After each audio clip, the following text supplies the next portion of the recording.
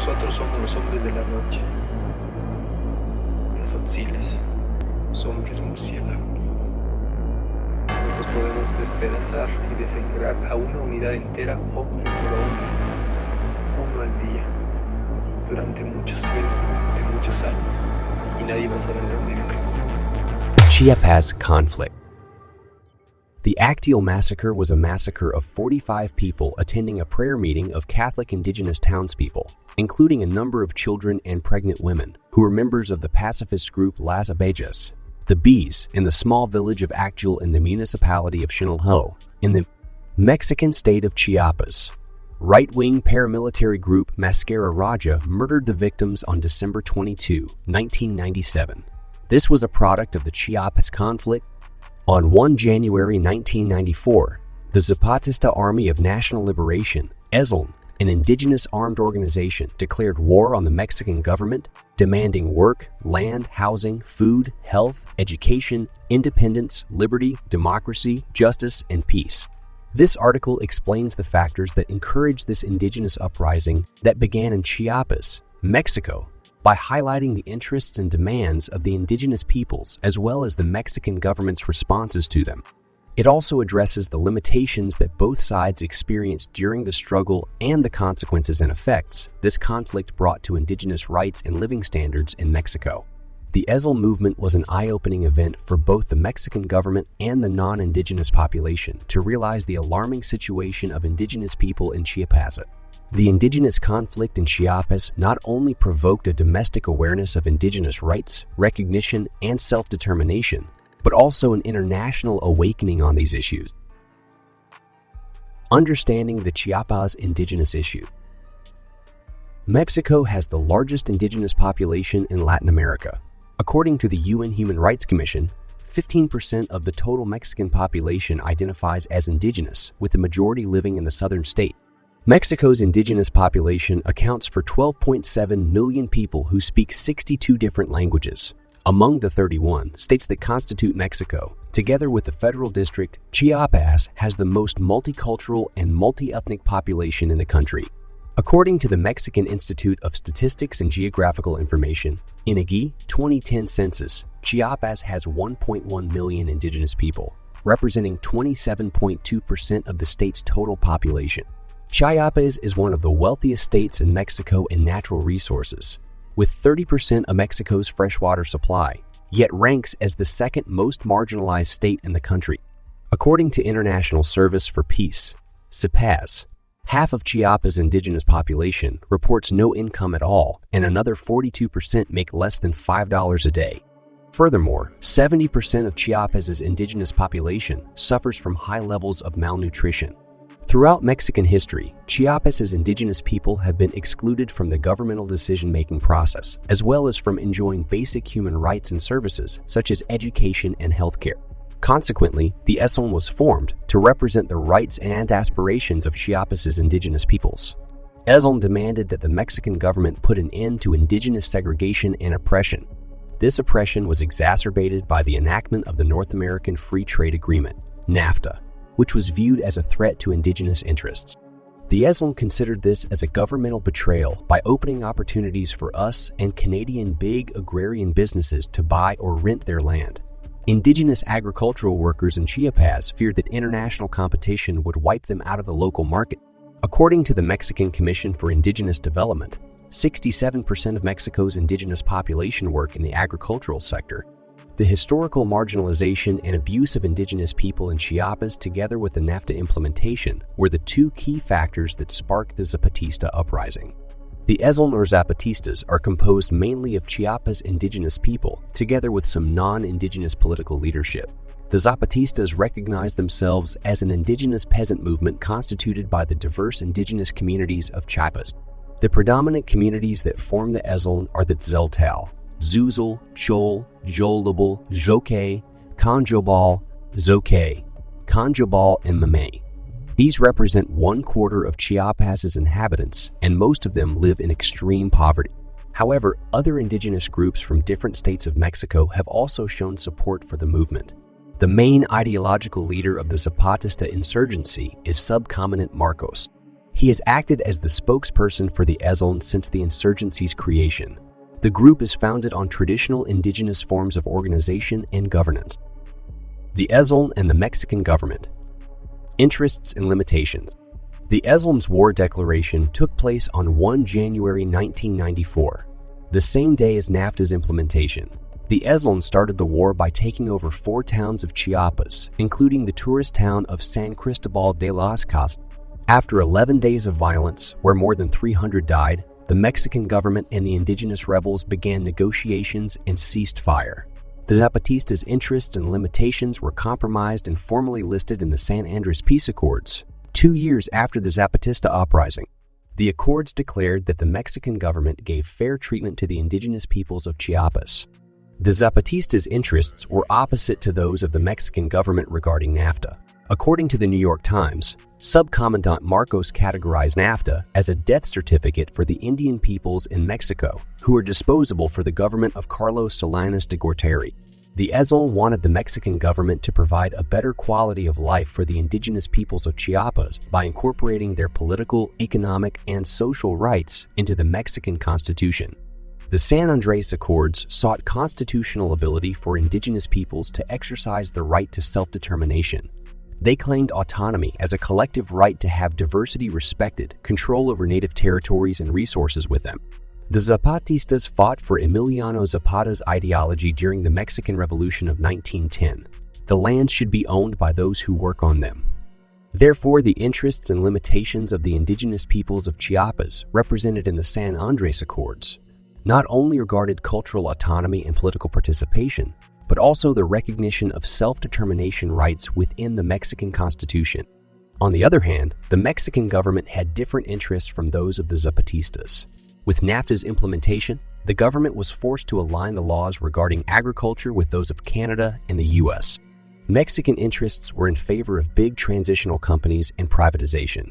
Moreover, the government did not want to give autonomy to the indigenous populations because it feared that by providing them autonomy, the country was going to balkanize or fragment itself. Additionally, the Zapatista insurgency brought social instability to Mexico and a lack of confidence in international investors, provoking a Mexican peso devaluation of 50%. The Mexican government intended to obstruct the EZLN uprising to re-establish foreign investors' confidence and stability in the Mexican economy. It sent a high military presence to Chiapas to overcome the EZLN and take back control of the region. Though the government's interests were limited to intimidating and oppressing the EZLN and not accomplishing their requests. It wasn't until 2001 that the Mexican Congress passed an indigenous law recognizing the multicultural nature of the Mexican state, reiterating that indigenous peoples could practice autonomy as well as self-determination within the framework of a united nation. Consequently, autonomy was granted to indigenous communities as well as political participation. The EZLN insurgency functioned for indigenous peoples as a catalytic converter of indigenous rights in Mexico and as an effective example for other indigenous communities around the world on how to pursue indigenous interests and how to overcome the limitations of indigenous rights. Implications and consequences of the Zapatista movement. As a consequence of the Zapatista insurgency in Chiapas, the indigenous peoples in Mexico were granted the constitutional right of self-determination, with the exception of not attempting to destroy Mexico's sovereignty. The incorporation of this right into the Mexican Constitution was essential for the development of Mexican indigenous communities as well as for the Mexican democracy as a whole, because it encouraged the respect of indigenous traditions and practices within the country. The Zapatista movement was a consequential actor of indigenous political participation in Mexico. After 2001, indigenous people were able to determine freely their political status and consequently to pursue their economic, social, and cultural development. Indigenous peoples' representation in local legislatures was reinforced with this insurgency, while the Mexican government also ensured the legitimacy of cultural ways of indigenous government.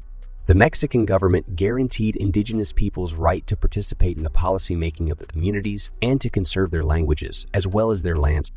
Another consequence of the Zapatista insurgency was that a new political, economic, social, and cultural relationship between the Mexican government and indigenous peoples was formed.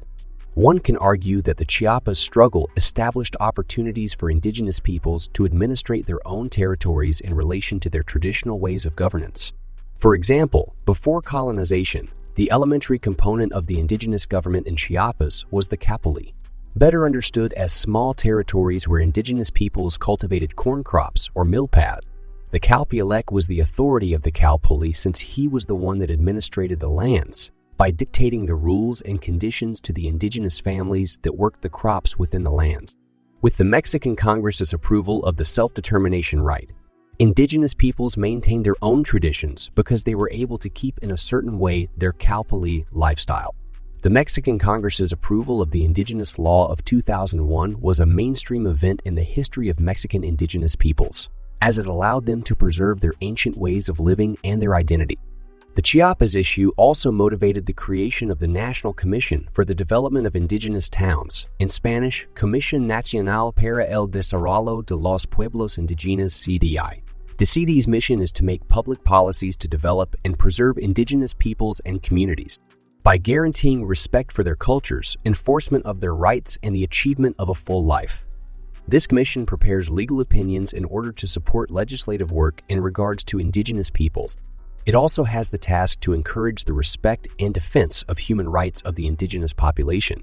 However, according to the World Directory of Minorities and Indigenous People, the actions of this agency have been criticized for failing to take cases of grievous rights violations, leading many indigenous leaders and rights activists to question its credibility.